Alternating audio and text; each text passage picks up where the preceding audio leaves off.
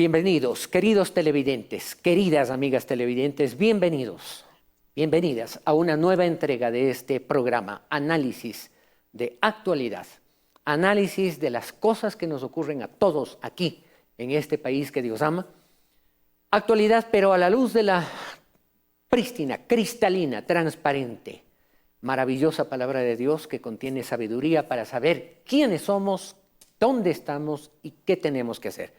Sí, ¿quiénes somos? Somos ciudadanos ecuatorianos. ¿Dónde estamos? En esta patria querida que Dios a través de la historia que tenemos ha fundado y que hoy la poblamos quienes nos llamamos ecuatorianos, ciudadanos. Pero a diferencia de la colectividad, quienes tenemos una doble ciudadanía, y no estoy hablando aquello de soy español ecuatoriano, soy colombo ecuatoriano, peruano ecuatoriano, norteamericano que tiene también la nacionalidad ecuatoriana. No estoy hablando de eso.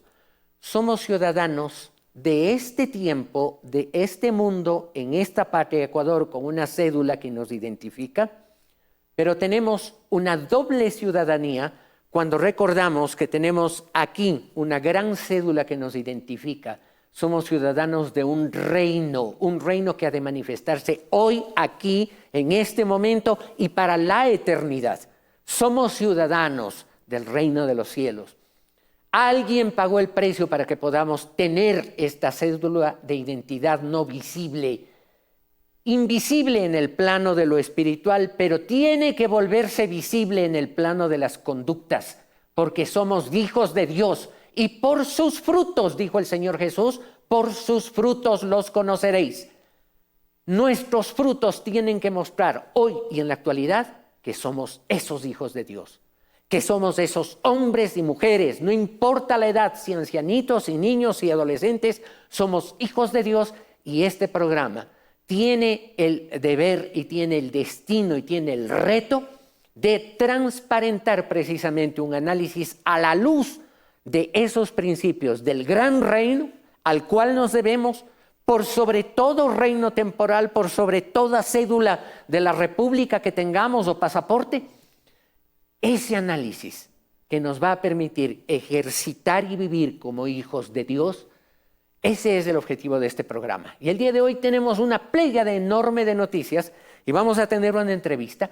Comencemos rápida y prontamente con un bloque cuando a través de la pantalla de Ecuavisa, el presidente de la República hizo varias declaraciones, una entrevista de más de media hora, de las cuales queremos rescatar la temática de 3 asuntos que nos parecen principales y fundamentales.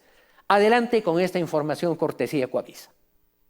Un diálogo con Lenín Artieda enfocado principalmente en la crisis económica y la lucha contra el narcotráfico que atraviesa el país. El presidente apeló a la reflexión de los miembros del Partido Social Cristiano y de la Revolución Ciudadana para que cambien de opinión y apoyen su propuesta de incrementar el IVA al 15% para financiar la guerra contra el terrorismo. Creo que esas mismas bancadas deberían de reflexionar qué es lo que está pasando en el Ecuador. ¿Qué es lo que está pasando en el Ecuador? Tenemos un problema fiscal, número 1. Estamos en una guerra contra el narcoterrorismo que mueven 60.000 millones de dólares en cocaína al año. Son 40.000 personas armadas. Tenemos que lucharlo, tenemos que respaldar a nuestras Fuerzas Armadas y a la policía. Y también, en sus gobiernos sí lo hicieron. Una bancada que dice, pues esta es una barbaridad todo esto que está pasando.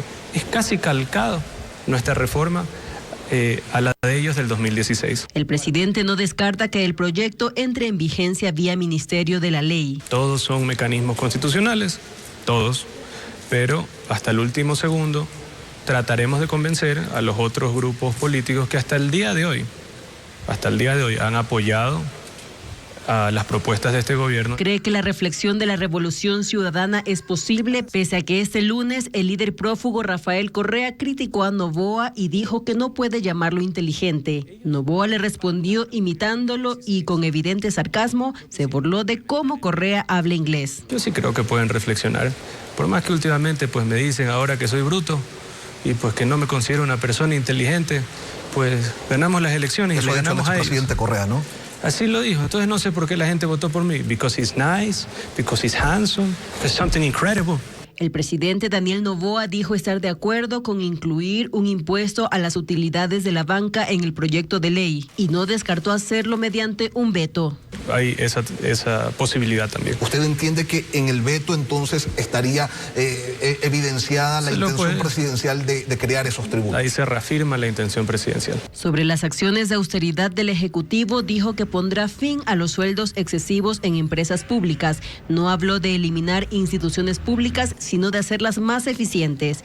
Interrogado sobre el ITT, dijo que consultará a la Corte Constitucional la posibilidad de aplazar el cierre del bloque petrolero Yasuní. Se tiene que preguntar a la Corte. Nosotros no vamos a violar la Constitución y no vamos a violar la voluntad del pueblo. Se pregunta a la Corte y las condiciones actuales ameritan.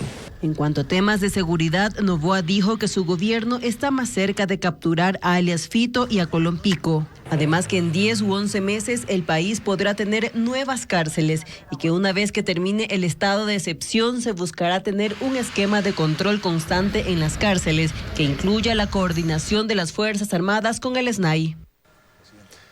Creo que el tema que acabamos de abordar, lo que el presidente declaró en algunos aspectos, no requiere mayor explicación. Es sumamente claro, Solamente aquello de que pasó a la historia el because it's nice, because it's lo que sea. Pasó a la historia, camisetas, memes. Ya la próxima semana producción me ofrece tener hasta la canción de because it's nice. En todo caso, queridos televidentes, sería importante que siempre recordemos que estos son los retos no del presidente Noboa. No. El presidente Noboa como ser humano la acierta y se equivoca también. Y ya vamos a hablar después de una equivocación que a mí me parece fundamental. Sin embargo, como ser humano puede acertar o puede equivocarse. El tema es que el problema no es de él ni de su equipo de gobierno, el problema es de todo el país. Y me parece ridículo que todavía haya alguna bancada que no entendió nada. Sí, a propósito de bancadas que no entienden nada, vamos a hablar más tarde de una noticia en el ámbito internacional. A propósito de los que no tienen aquí adentro entendimiento suficiente como para saber que nos hundimos si no nos apoyamos los unos a los otros. Este no es un barco que se hundió con 20 a bordo y que se salven 2 o 3 y el resto que se hunda, no. Si no nos salvamos los 20, nos hundimos los 20. Tan claro como eso. Y creo que eso el presidente de la República lo ha dejado claro. Sus explicaciones son sencillas, claras, y más allá del because it's nice, creo que la época requiere que todos pensemos de igual manera. Ya me voy a referir a propósito de un principio bíblico que ilustra este sentido de solidaridad. Tenemos otra información. Igualmente de esa conferencia de prensa, cortesía de Coavisa, referida al incremento de IVA y la reacción de la ciudadanía. La reacción de ciudadanía también, sueldos, y luego tendremos una noticia sobre el tema de focalización de combustibles inapelable en el Ecuador. Vamos con estas dos informaciones compactadas. El gobierno no pagará la totalidad de los sueldos del sector público este miércoles. Lo confirmó el presidente Daniel Noboa. El Ejecutivo dispuso poner en marcha un plan de priorización en el que primero están los policías y militares que enfrentan el conflicto armado interno decretado por el gobierno. En una guerra se incrementan los gastos también en seguridad, se incrementan los gastos de las Fuerzas Armadas y de la policía. Entonces le hemos dado prioridad a eso.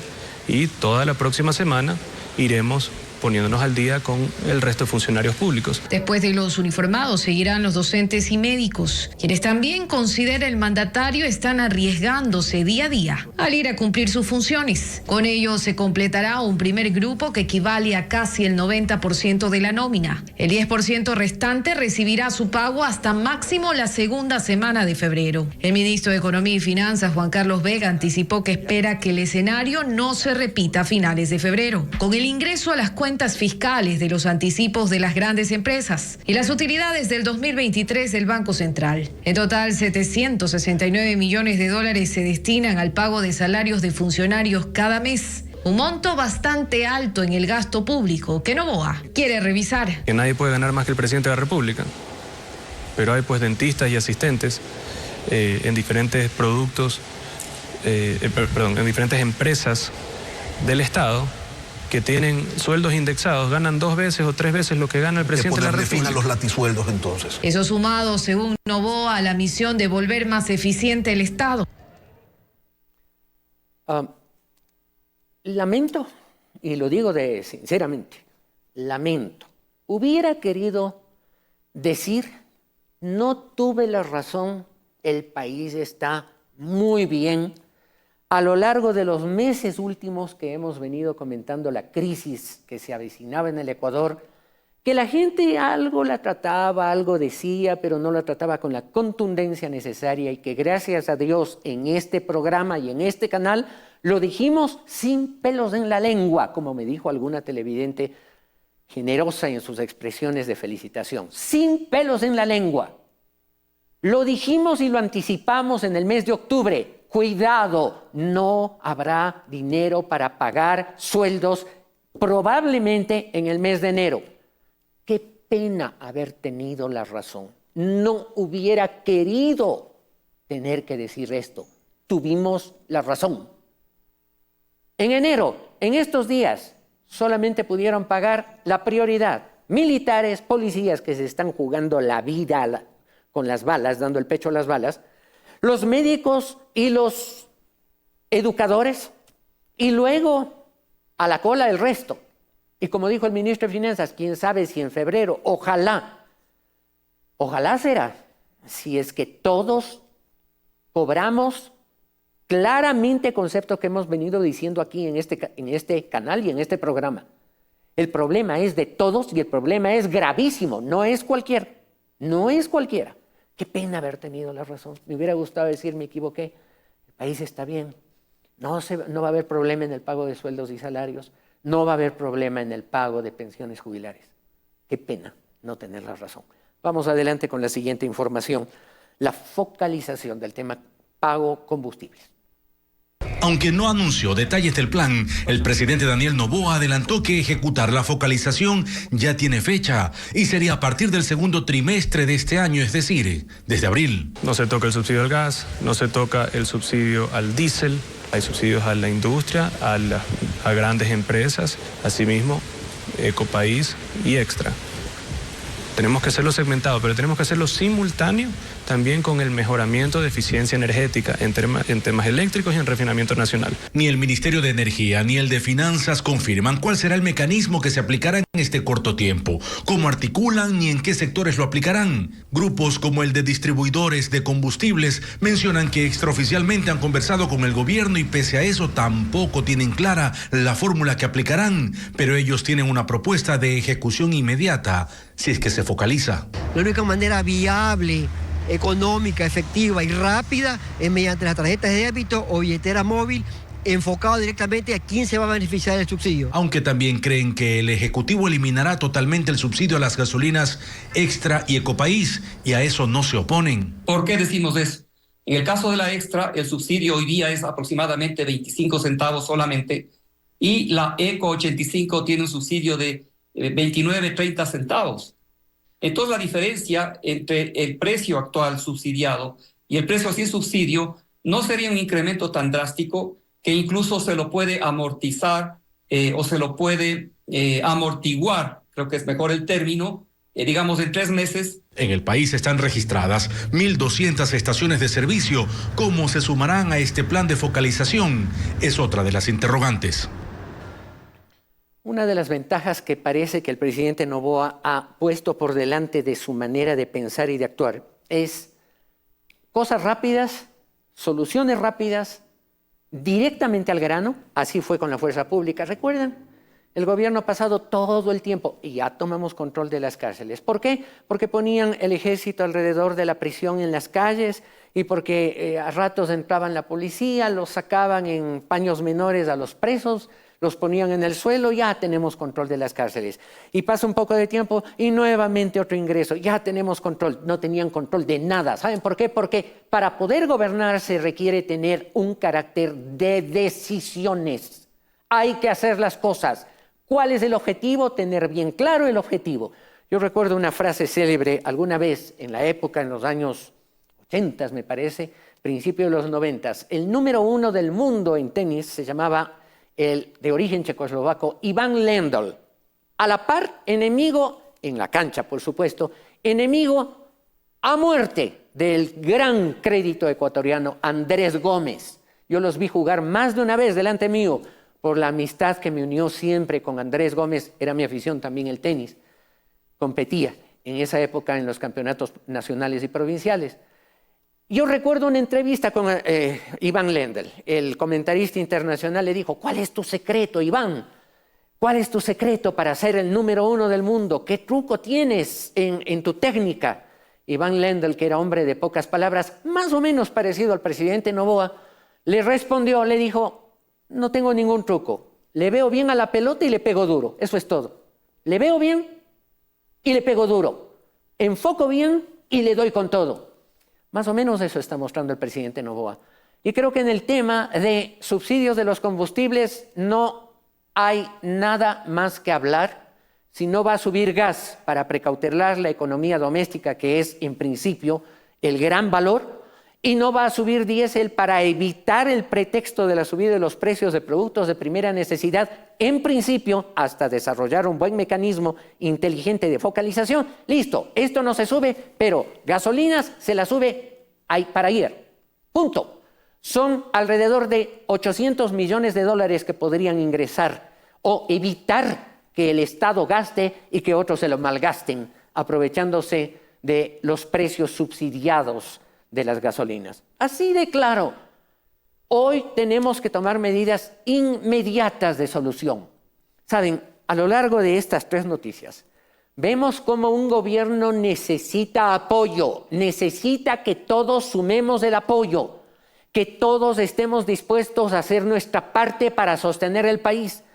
Y cuando yo veía estas 3 noticias, decía: Señor, en la Biblia hay algo que se parezca a cómo dar apoyo a aquel que tiene la labor de gobernar, de dirigir. Y bondadoso como es el Espíritu Santo, me guiaba a recordar Éxodo 17, capítulo 17, versículos 12 a 13. Cuando en la historia, en el momento de un gran conflicto, el gran líder del pueblo de Israel, Moisés, sale a la batalla con los ejércitos frente a un enemigo peligroso, poderoso, más numeroso. ¿No les parece interesante el parecido a los tiempos que vive el Ecuador? Y Moisés sale y levantaba el estandarte para alentar la batalla de sus ejércitos. Pero a la final, el ser humano en un momento dado, las manos arriba tanto tiempo, los músculos se cansan y comenzaba a bajar las manos, y la batalla reflejaba, así como las manos bajaban, la intensidad del esfuerzo de los soldados. Los resultados comenzaban a bajar hasta que alguien se dio cuenta y dijo: apoyemos. A ver, Moisés está cansado, Moisés tiene tantas preocupaciones, es natural. Vamos, nosotros 2 cogemos, y dice la Biblia, y las manos de Moisés se cansaban, por lo que tomaron una piedra y la pusieron debajo de él y se sentó sobre ella. Y Aarón, su hermano, y Hur sostenían sus manos, el uno de un lado y el otro de otro. Así hubo en sus manos firmeza hasta que se puso el sol. Y Josué capitaneando la gran batalla, el ejército, deshizo a Amalek y a su pueblo a filo de espada. ¿Saben cómo se ganan las batallas? Sosteniendo las manos de nuestros gobernantes en las causas que son correctas y justas. Esta es la inspiración que debe movernos a los creyentes. Queridos amigos, tenemos una conexión muy interesante, muy importante con un personaje muy apreciado que ya estuvo una vez con nosotros, un personaje de una visión muy clara, abogado de formación, una enorme experiencia en política, pero sobre todo, afortunadamente, de esos ecuatorianos de corazón limpio, imparcial, no se debe a nadie. Se debe a su propia convicción. Bienvenido por unos minutos al doctor Patricio Gijón, a quien yo doy desde luego la más cordial bienvenida. Gracias, doctor Gijón, por ello. Y yo vi recientemente una declaración, un pronunciamiento en la prensa en la que usted decía que frente a esa coyuntura hay que tomar medidas a base de un gran acuerdo nacional. Y esta es mi invitación. Háblenos sobre la base de ese acuerdo nacional que está en relación, como usted ve, con la figura bíblica que acabo de utilizar, de sostener las manos de Moisés, de un lado de un lado Aarón, sosteniendo las manos en alto para que la batalla crezca, progrese, pero no solamente la batalla hoy contra los mafiosos, contra los terroristas, sino la gran batalla que tiene mucho más frentes. Y eso me agradó escuchar tanto, con tanta claridad, como usted lo explicó en el medio que lo escuché. Bienvenido, gracias, doctor Gijón, bienvenido, la audiencia lo escucha. Gracias por la cordial invitación. Efectivamente, la declaratoria de estado de conflicto armado interno, hecha por el presidente de la República, Daniel Noboa, como resultado de la escalada de la violencia criminal en el Ecuador, trajo como consecuencia, a más del pánico social, el hecho cierto de que todos los demás problemas, como la falta de empleo y trabajo, la crisis de una economía en recesión y la pobreza extendida, pasen a un segundo plano por el momento. Los ecuatorianos estamos conscientes de que si no existe seguridad, no hay las condiciones para el desarrollo normal de actividad alguna. Mas aquí el tema medular es consultar hasta cuándo soportará la débil economía del ciudadano común un nuevo encierro parcial de actividades económicas provocado ahora por la necesidad de enfrentar al crimen organizado. Todos entendemos que existen vasos comunicantes directos entre un sistema carcelario que no ha podido ser manejado por el SNAI y el manejo de las narcomafias criminales en calles y plazas. Adelante. Parece que tuvimos una pequeña interrupción técnica, pero lo escuchamos. Adelante, doctor. Tuvimos algún problema técnico, en fin, lo estamos haciendo en vivo y en directo, a la final. Estas son las ventajas, a veces las desventajas de un programa en vivo y en directo. Apenas volvamos a lograr esa conexión, volvemos para completar la idea que el doctor Gijón estaba empezando a desarrollarla. Ahora, ¿cómo podemos apoyar? Claro, hay muchos frentes. El tema recursos fiscales es un tema que requiere soluciones por la vía legal, por una parte. El tema seguridad tiene sus mecanismos. El tema seguridad social tiene también su propio sendero. Todos estos frentes, y a esto iba la intervención del doctor Gijón, estoy seguro, todos estos frentes tienen que ser atacados a momentos con cierta prioridad, pero al unísono, porque los problemas de la delincuencia son problemas que reflejan problemas de la estructura de la sociedad. Una sociedad que tiene que cambiar, no puede quedarse así. Pero enfoquémonos en un tema. Y producción nos va a ofrecer algo. ¿Cómo podemos los ciudadanos hoy, cómo podemos usted, ciudadano común y corriente, Juan Pueblo, Rosita Piguave, cómo podemos ayudar a nuestros soldados, a nuestros policías? ¿Cómo les podemos ayudar para que den los golpes certeros en contra de la delincuencia? Creo que esto que el gobierno está haciendo y este mecanismo que lo vamos a presentar en breves segundos, creo que es algo que los ecuatorianos tenemos que tomárnoslo en serio y a través de esto poder reversar el factor sorpresa que la delincuencia aprovecha a su favor. Nosotros podemos reversar pasando información certera, reservada y a lo mejor, si es que es muy importante, incluso premiada. Vean ustedes la propuesta del gobierno para que todos aportemos mecánicamente, inteligentemente y oportunamente en el tema de la seguridad. Adelante. Plan de recompensas 131. Juntos por la seguridad. Fuerzas Armadas y Policía Nacional se unen con todo su potencial en contra del terrorismo.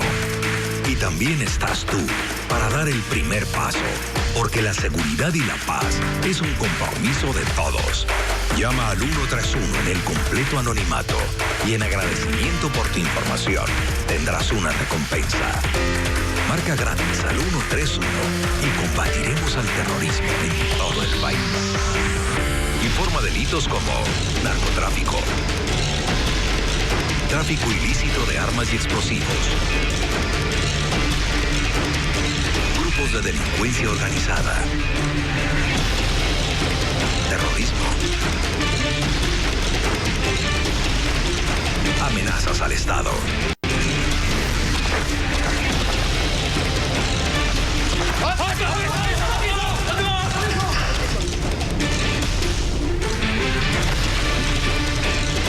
La paz, la seguridad y el futuro está en nuestras manos. Y el terrorismo no nos arrebatará. Plan de recompensas 131. Juntos por la seguridad.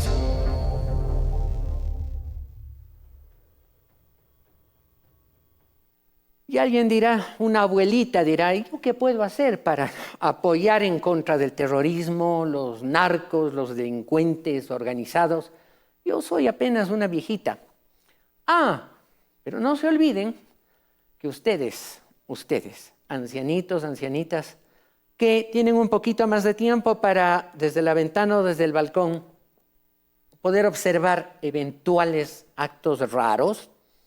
Un vecino nuevo que tiene unos carrazos de lujo y de lo que ustedes saben no tiene ninguna buena empresa, ningún buen trabajo en ninguna parte. No saben, dame 131 y diga, vea, señor del 131, me parece raro, en este barrio que es un barrio muy popular, llegó un señor o un grupo de señores que llegan, se mueven en las tardes, en las noches, se ve que tienen carrazos, dinero. ¿No será bueno averiguar? Señora, abuelito, abuelita, muchas gracias, lo vamos a tomar en cuenta y vamos a pasar la información para que se averigüe. ¿Qué tal? Si usted le atina, no se olvide, uno de los actuales prófugos, alias Pico me parece, ese señor vivía en un barrio, no de gente muy adinerada, ¿no? Pero exhibía un poder económico en medio de ese barrio. Y claro, nadie dijo nada, nadie tenía un mecanismo para reportar algo raro, ahora sí lo hay, hágalo. El delincuente, el del Ecuador 2024, con toda su prepotencia, cree que tiene las de ganar. No tiene preparación como la Policía Nacional, técnica, de combate, como el Ejército Ecuatoriano. No tiene los mecanismos desarrollados para que una ciudadanía, para que 15 millones de ojos estén atentos y puedan reportar las novedades. Ahí está la debilidad del delito. Y ahí está la fortaleza de los ciudadanos. Es anónimo. Nadie tiene por qué saber de dónde viene su llamada, pero si usted lo hace en buena fe y con cosas que pueden ser probadas, evidentes y que tengan una cierta gravedad, esta batalla la comienza a ganar el país. Obviamente no vamos a reportar cosas que no tienen monto ni mérito, ¿no? Pequeñas y simples sospechas. Hay que ser serenos, cabeza fría, ojo atento, corazón en la patria. Vale la pena. Muy buen mecanismo. Juntos por la seguridad 131. Tenemos una cantidad de noticias, por eso me inhibo de comentar más, y tenemos 3 noticias sumamente importantes en torno a una temática central: la economía del país. Por cortesía de Ecoavisa, vamos a ver 3 notas muy bien relacionadas y que usted necesita analizarlas. Adelante. No hay nadie en Ecuador que no sepa que el país está en crisis. Lo que él dice es que son pocos los que entienden la verdadera gravedad. Por ejemplo, la Revolución Ciudadana o el Partido Social Cristiano, que discuten maneras de repartirse recursos o espacios de poder sin darse cuenta que en el proceso el barco se está hundiendo. ¿Qué ganamos negociando cosas entre los que están en el barco si el barco se hunde? Para explicar qué tan grave es el problema, pone los números en claro. Suma los 6.000 millones de déficit más los 4.000 millones de atrasos. Estamos hablando de un problema del orden del entorno de los 10.000 millones. El IVA, si se pasa, que debería pasarse lo más pronto posible, nos va a dar 1.500. Y no hay que ser economista para entender que hay un monto de más de 8.000 millones no cubiertos. Él asegura que antes de pedir ayuda a los organismos multilaterales, el país tendría que demostrar que internamente es capaz de conseguir sus propios recursos. Unos 3.000 a 4.000 millones de dólares en este año, ya sea por aumento de recaudación y de tributos, ya sea por reducción del gasto, ya sea por eliminación de los subsidios, por cualquier camino. Si el presidente no logra demostrar, los amigos de las multilaterales van a decir, no tenemos tanta plata. Reconoce que está preocupado porque a su criterio la situación es tan grave que puede incluso amenazar la dolarización. Visualicemos lo que nos puede pasar, que dentro de 2 meses seguimos atrasados en sueldos y la presión social es enorme. Y de pronto empiezan a salir voces por ahí que dicen, mire, ¿por qué no le pide un préstamo al Banco Central? Que es lo mismo que imprimir dinero. ¿O por qué no emite un pagaré con el cual empieza a pagar? En Zimbabue el problema surgió así. Se empezaron a hacer pagos del sector público con alguna moneda alternativa. Y no toma mucho tiempo para que la población se dé cuenta de que de pronto estamos conviviendo con el dólar y con un ecuadólar. Y en el momento que eso pasa, la crisis fiscal se convierte en una crisis financiera. Y la crisis financiera le echa abajo al país. De la Torre intenta transmitir la gravedad del problema para que los ecuatorianos lo entiendan, dice, pero sobre todo para que lo entiendan los políticos, en cuyas decisiones recae la salida o la profundización de la crisis. Economistas, académicos y representantes de organizaciones de diferente índole coinciden en que la única salida para afrontar la crisis económica que enfrenta el país es que la Asamblea apruebe el proyecto del Ejecutivo para elevar del 12 al 15% el IVA, además de revisar el subsidio a los combustibles. Si no se toma esta medida, las consecuencias se verán a corto plazo. Aumenta el IVA en 3 puntos, puede haber un efecto negativo en el consumo, pero el efecto negativo de no pagar a funcionarios públicos, a hogares pobres, a proveedores del Estado, va a ser muchísimo mayor y puede terminar contagiando, también como se ha anticipado, a otros sectores de la economía, incluyendo el propio sistema financiero. En caso de no asumir las medidas, la balanza de pagos se romperá y el Estado dejará de pagar sus obligaciones, lo que abrirá la puerta a crear un sistema de pagos que no use el dólar como moneda, poniendo en riesgo la dolarización. Va a tratar de sacar algún tipo de instrumento financiero, una suerte de cuasi moneda, con la cual buscaría cumplir sus obligaciones. Serán bonos de corto plazo, pueden ser ecuadólares, puede ser cualquier tipo de instrumento que le sirva para satisfacer esas obligaciones que ya no los puede hacer con los dólares propios del sistema. El mismo riesgo identificaron en un comunicado académicos y representantes de organizaciones civiles. Exhortan a la Asamblea Nacional y por ende a las fuerzas políticas que la conforman a aprobar el incremento del IVA del 12 al 15% y así generar de manera inmediata ingresos adicionales y estructurales a la caja fiscal, permitiendo garantizar la dolarización.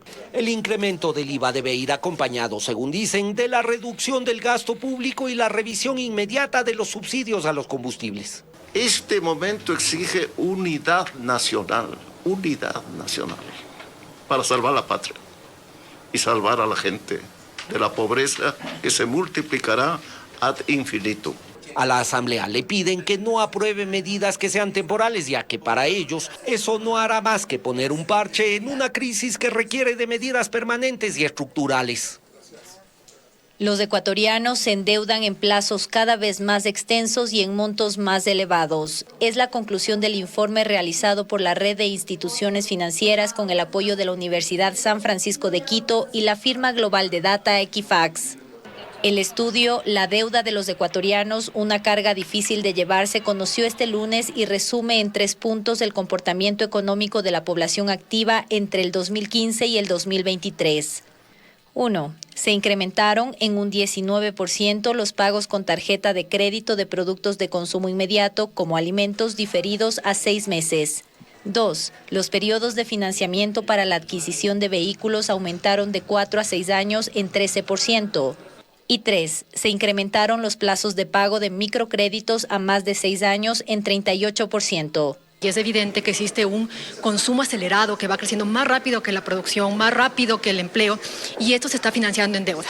En los últimos 8 años también aumentó el número de deudas que mantienen los ecuatorianos. Una persona puede tener entre 12 y 13 deudas al mismo tiempo con instituciones financieras, lo que puede causar sobreendeudamiento. Cuando uno hace un crédito, pacta con una tasa de interés normal, establecida y regulada por el ente de control, y luego eso empieza a generar nuevos intereses de mora, gestiones de cobranza adicionales. Entre el 2019 y el 2023, el número de usuarios que no pudo pagar sus deudas pasó del 15 al 24%, y los procesos de cobranza pasaron de 7.9% a 14.2%. En esta fase, las personas no pueden acceder a los beneficios del sistema financiero. En conclusión, los ecuatorianos tienen menos dinero y cada día les cuesta más pagar las deudas a tiempo. Leía un proverbio, Proverbios 13:18 en la Biblia, cuando dice: pobreza y vergüenza tendrá el que menosprecia el consejo, mas el que guarda la corrección recibirá honra. Queridos amigos, las noticias que acabamos de ver, amigas televidentes, madres, jefes de familia, las noticias que acabamos de ver, reitero, lamentablemente confirman lo que aquí, en este programa y en este canal, veníamos diciendo desde hace muchos meses atrás. No nos puso Dios para dar diagnóstico económico con mucho acierto y buena anticipación. Dios nos puso aquí para hacer eso, pero mucho más. Somos cristianos, por lo tanto, si somos analistas desde el punto de vista cristiano. Si somos historiadores, analizamos el presente y la historia desde el punto de vista que Dios quiere que lo hagamos para mejorar, no para empeorar.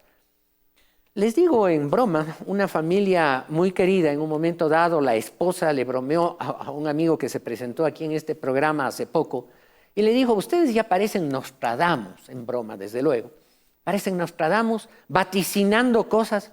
Dicho y hecho, no han pasado 3 semanas, un mes desde que lo dijimos.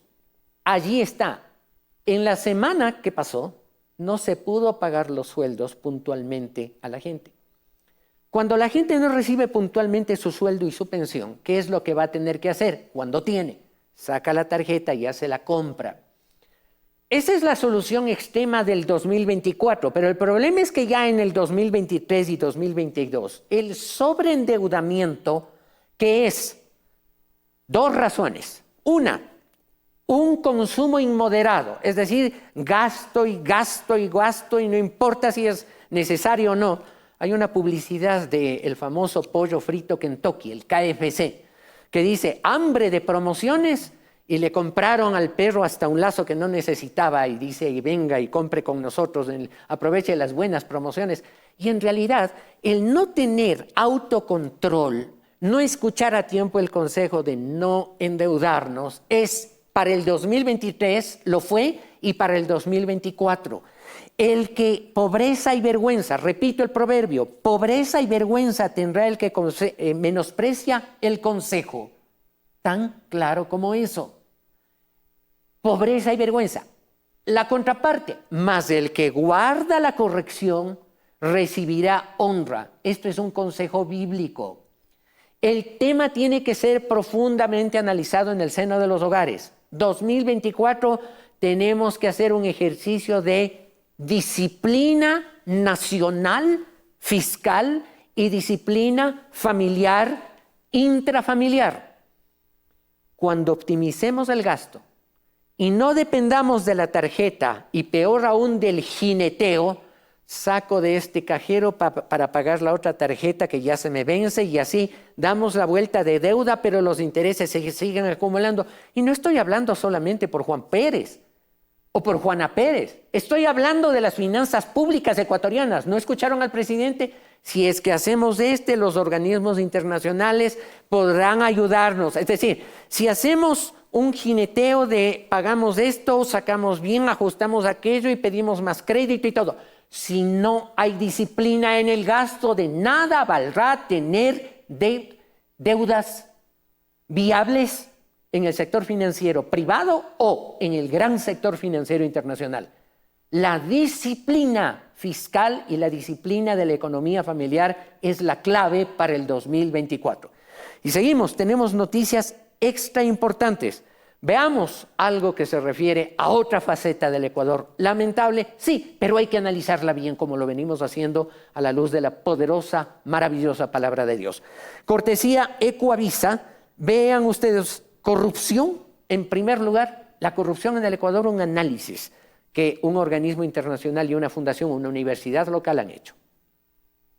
Ecuador está en números rojos en el índice de percepción de la corrupción. En 2023 empeoró, bajó 2 puntos respecto del año anterior. Transparencia Internacional presentó hoy los datos para 180 países. En Ecuador lo hizo su filial, la Fundación Ciudadanía y Desarrollo. En 2022 el país obtuvo una calificación de 36 sobre 100 y al cierre de 2023 bajó a 34 sobre 100. Estas son las razones. Este país se percibe como altamente corrupto, instituciones que no investigan, justicia que no sanciona, funcionarios que únicamente trabajan cuando reciben coimas y una ciudadanía que, aunque víctima del fenómeno de la corrupción, se ve forzada a participar activamente en su círculo para poder obtener algún resultado. Este índice se calcula mediante evaluaciones de expertos, encuestas y consolidando 7 índices globales, entre ellos el barómetro, que dio como resultado que 9 de cada 10 ecuatorianos considera que la corrupción es un problema grave y muy grave en el país. Se mide en 9 áreas: soborno, desvío de fondos, meritocracia versus nepotismo, enjuiciamiento eficaz, protección a denunciantes, acceso a la información, impunidad de funcionarios públicos, capacidad del Estado para controlar la corrupción y la carga burocrática excesiva. Entre los temas que resaltaron en el estudio estuvo el caso Encuentro, que salpicó al gobierno de Guillermo Lasso dando pie a la muerte cruzada, y el caso Metástasis. Impresionante, impresionante, y retomando las palabras de la frase célebre de la semana pasada, because it's nice, because it's handsome. No. Cuando uno ve esto del Ecuador, uno tiene ganas de decir todo lo contrario. Because it's horrible, because it's ugly. No es nice. No, nice nada que ver. Es vergonzoso. Ese es el estudio y la percepción que tenemos del Ecuador. Funcionarios que actúan solamente cuando les aceitan un poquito. Funcionarios públicos que han caído en corrupción y no pasa nada. La jueza del sorteo maravilloso que favoreció a algún fulano para perpetuarse en el cargo público aquí en la ciudad de Quito. La jueza que ordenó el sorteo, que fue condenada a 3 años y medio de prisión, no cumplió ni un solo día, que yo sepa, ni uno después de la sentencia, porque pidió una remisión, un cambio, un mecanismo legal. Entonces, con cara de arrepentidos, salen sin pagar un solo día de la cárcel. Los que robaron centenares de millones de dólares, que solo de acuerdo a la ley tienen 13 años de prisión, mientras que para otros delitos que, siendo tan graves como ellos, tenemos 25 años de prisión. Y con las rebajas y todo, a los 5 años salen mérito de un habeas corpus. Ya sé que uno de los señores que fueron extraditados de Panamá recientemente por el caso Metástasis, llegó a la cárcel 4 creyéndose que esta es mi cárcel favorita. Le trasladaron por el escándalo que hizo la fiscal general del Estado, le trasladaron a la Tacunga y ya presentó más de un habeas corpus. Y le negaron, oportunamente le negaron, porque la alegación para que le trasladen de nuevo a una cárcel cómoda es de que aquí sufro mucha presión. Ese es el país que tenemos. Y ese es el país que tenemos que cambiar. Y es una ciudadanía que tiene que reaccionar. Dios no quiere que convivamos con el pecado. Quiere que miremos con misericordia al pecador. Y cuando hablamos del señor Salcedo, que acabo de hablar de nuevo, cuando hablamos en otro programa anterior dijimos, ojalá tuviéramos la oportunidad de poder visitarlo para exhortarle a que vuelva, como cuando era niño, adolescente, a caminar. Como sus padres parece que lo motivaron a caminar en los caminos de Dios. Porque todos tenemos esa oportunidad. Porque en Cristo murió en la cruz del Calvario, también por ellos. Aunque hayan hecho cosas horrorosas, tienen la oportunidad.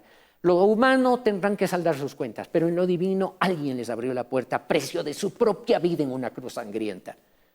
Queridos amigos, otra noticia sobre el tema de corrupción con una luz, un destello. Vean ustedes lo que pasó en la pérdida de más de 250, 260 millones de dólares de un conjunto de 900 millones de dólares que alguien hizo ¡miau! Y se lo sacó del Instituto de Seguridad Social de la Policía Nacional sin que nadie de las autoridades se dé cuenta. Claro, ¿cómo se van a dar cuenta si la característica para algunas gentes en este país es cuando el delito está aquí enfrente, ups, regreso a ver al costado? Veamos esta noticia sobre el tema del ISPOL. Los 10 procesados del caso ISPOL serán juzgados por peculado. Esta mañana la jueza Irene Pérez dio a conocer su decisión. Dictó auto de llamamiento a juicio en contra de todos los involucrados, entre ellos Jorge Cherres, representante de la empresa Ibecorp, que recibió una millonaria inversión irregular por parte del Seguro Social de la Policía Nacional. Está prófugo y su última ubicación conocida fue México. John Luzuriaga, exdirector de riesgos del ISPOL, quien ya fue condenado en Estados Unidos por lavado de activos. Luis Domínguez y Luis Álvarez, representantes de 2 casas de valores que también recibieron fondos del ISPOL en montos menores. Los 4 están fuera del país. Para ellos, la jueza dictó prisión preventiva. También enfrentarán el juicio penal 2 generales de policía que fueron directores del ISPOL, Enrique Espinosa de los Monteros y David Proaño, y otros 4 exfuncionarios de la entidad. Los 6 tienen medidas alternativas. La jueza ratificó la prohibición de vender bienes y retención de fondos por 188 millones de dólares para todos. Vemos una esperanza de justicia. Hemos tenido que esperar 27 meses para que escuchemos lo que desde un principio se anunciaba, que fuimos ultrajados en el patrimonio de 90,000 familias que integran la Seguridad Social Policial. La jueza determinó que hay graves presunciones de la responsabilidad penal de los 10 implicados en la entrega irregular de 216 millones de dólares de los fondos del ISPOL para inversiones que no se recuperaron y que el caso debe subir a un tribunal de juzgamiento que evaluará las pruebas antes de la sentencia. Bueno, todavía falta la etapa de juicio y en la etapa de juicio demostraremos justamente todas las alegaciones presentadas y los errores tanto judiciales como de derecho que existen dentro de este proceso. El delito de peculado se sanciona hasta con 13 años de prisión. ¿Lo escucharon? 13 años de prisión para quienes se sacaron 260 millones de dólares y en el conjunto hasta 900 millones de dólares de manera irregular de los fondos de 90,000 familias de la Policía Nacional. 13 años. Más las rebajas por buena conducta, porque estudió por correo electrónico, porque se graduó de abogado como algún otro lo hizo, porque han hecho estudios, porque jugaban bien básquet en la penitenciaría, etcétera. 5 años, gracias. Y los 27 meses que los jueces demoraron en arrancar esta etapa decisiva del juicio sirvió para que en México o a través de sus embajadas, quién sabe.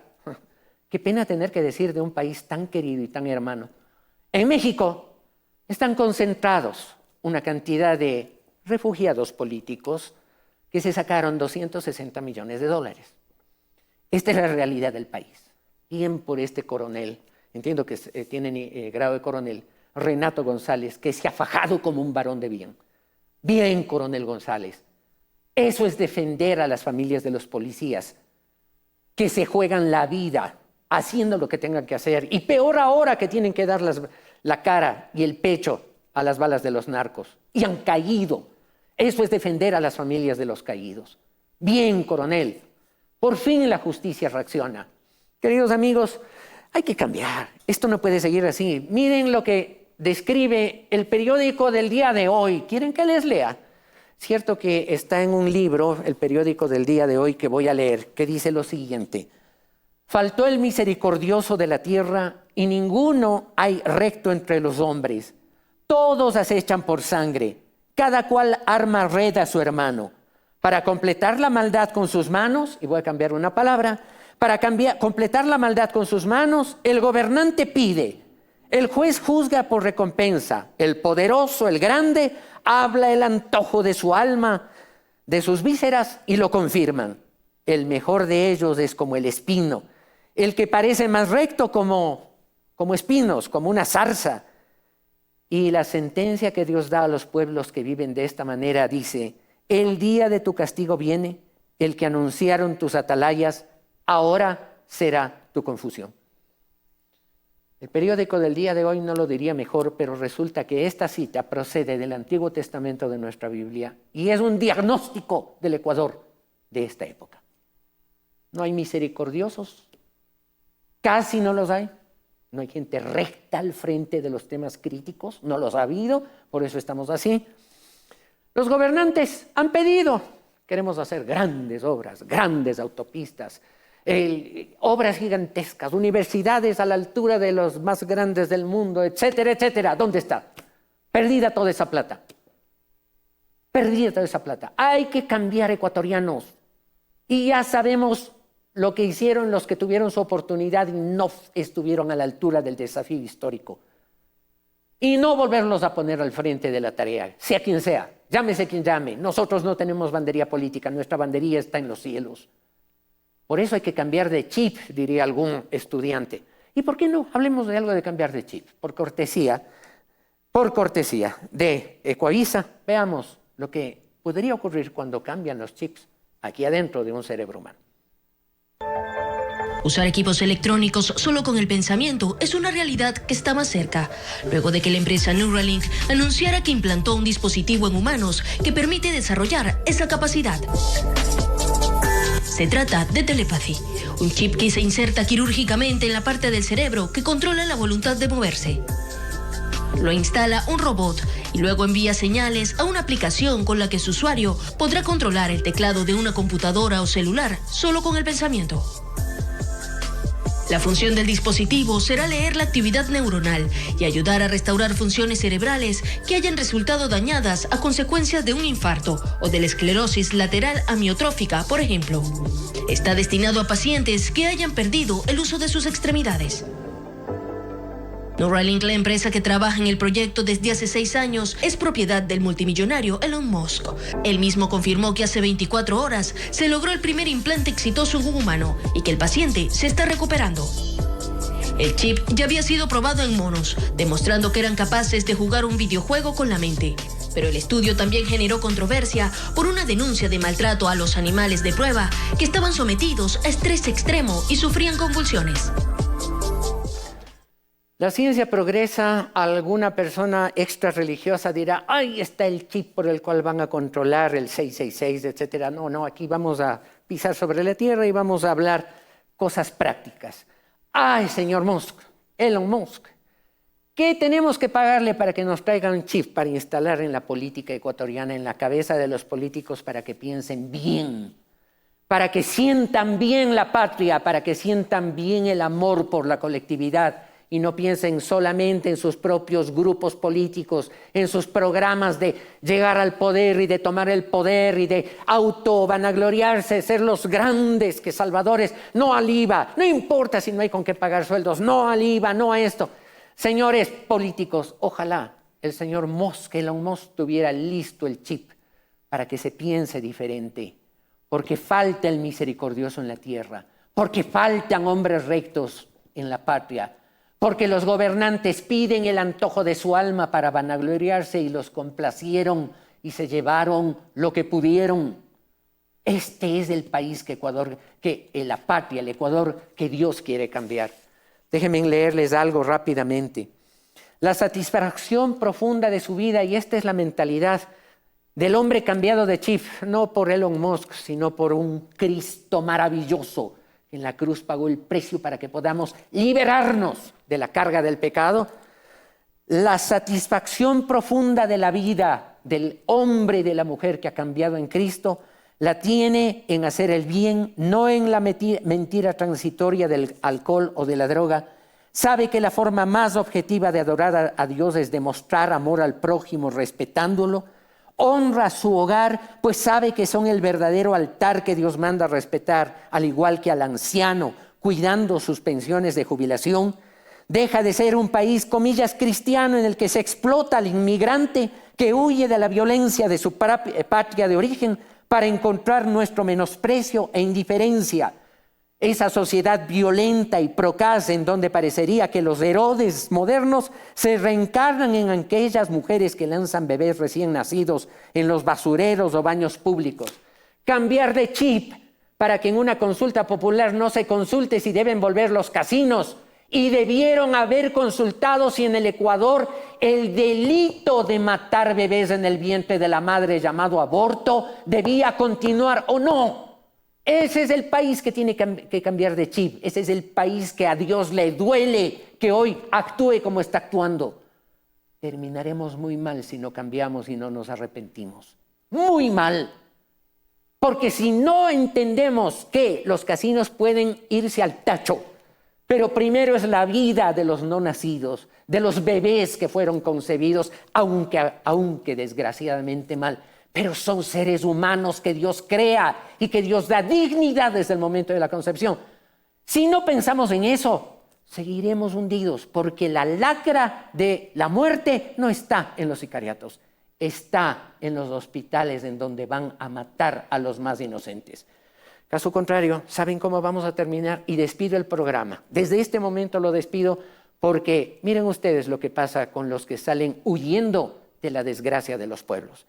Hasta la próxima emisión de su programa. Buenas tardes. Y el problema social de la indigencia en la ciudad de Nueva York ya era algo bastante grave que estaba sucediendo en estos últimos tiempos. Sin embargo, esto se ha agudizado a raíz de la crisis migratoria, pues ahora los nuevos habitantes de la calle son los inmigrantes. Aquí tenemos algunas historias. Bajo las sombras de los edificios de Nueva York, este es el ambiente cotidiano. Los contrastes son diversos. Nueva York es conocida como la ciudad donde los sueños se cumplen. Pero esta es la otra cara de la Gran Manzana, o tal vez la mordida. Las drogas, la bancarrota, enfermedades mentales y otros problemas en un grupo numeroso de personas han hecho que la ciudad sufra el embate de la indigencia, que va en aumento. Esta gente soporta el frío en el invierno y parte del corazón ver en estas condiciones a nuestros ciudadanos. Y es aquí, en los vagones del metro de Nueva York, donde muchos indigentes también logran encontrar un techo para poder dormir, ya que no hay espacio en los albergues de la ciudad. El alcalde, Eric Adams, en 2023 dijo que por el colapso de los albergues debido a la crisis migratoria, serían los inmigrantes y las nuevas personas sin hogar que dormirían en las estaciones del metro y en las calles. Es 2024 y esto se ha cumplido. A muchos los encontramos en parques, soportando frío. Se les terminó el tiempo de permanencia en los refugios. Es el caso de estos ecuatorianos. Máximo un alquiler de una habitación pequeña, cuarto pequeño, son casi $800, $900. Y eso hay que anticipar otra plata más, como un anticipo, pero de ahí no te dejan. Y si no pagas un mes, te botan a la calle. No he tenido la suerte de trabajar, pero poco a poco. La indigencia es tan cruda en la Gran Manzana que se ve a la gente durmiendo en estas condiciones.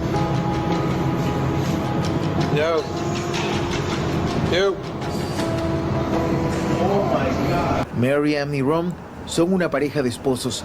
La bancarrota los dejó así. Aunque no concedieron la entrevista frente a cámara, me contaron su historia. Habían sido empresarios pasteleros, pero la vida les jugó una mala pasada y ahora viven en un refugio de Manhattan. Este era su edificio y aunque se quedaron sin nada, lo único que conservan hasta el final es el amor que siente el uno por el otro. Hay personas como este ciudadano inmigrante de Barbados. Recibe ayuda del gobierno. Fue expresidiario, pero dice disfrutar de la calle y lleva así casi toda su vida. Alfredo, un inmigrante que cumplía su trabajo y ve todos los días esta problemática en la puerta de su empleo, opina. Vienen acá a este país y se quedan ahí estancados en las drogas también. En 2023, la ciudad de Nueva York terminó con una cifra de casi 100.000 personas sin hogar, entre ellos 30.000 niños y niñas. Apenas 23.000 duermen en los albergues que ya no dan abasto. Pero a ellos se suman más de 70.000 inmigrantes que ahora comparten los refugios con esta problemática. Recientemente la ciudad de Nueva York realizó el último conteo de personas que están sin hogar para tomar acciones ante esta situación de emergencia que vive la ciudad. Hasta aquí nuestro informe, seguimos con más en 24 horas.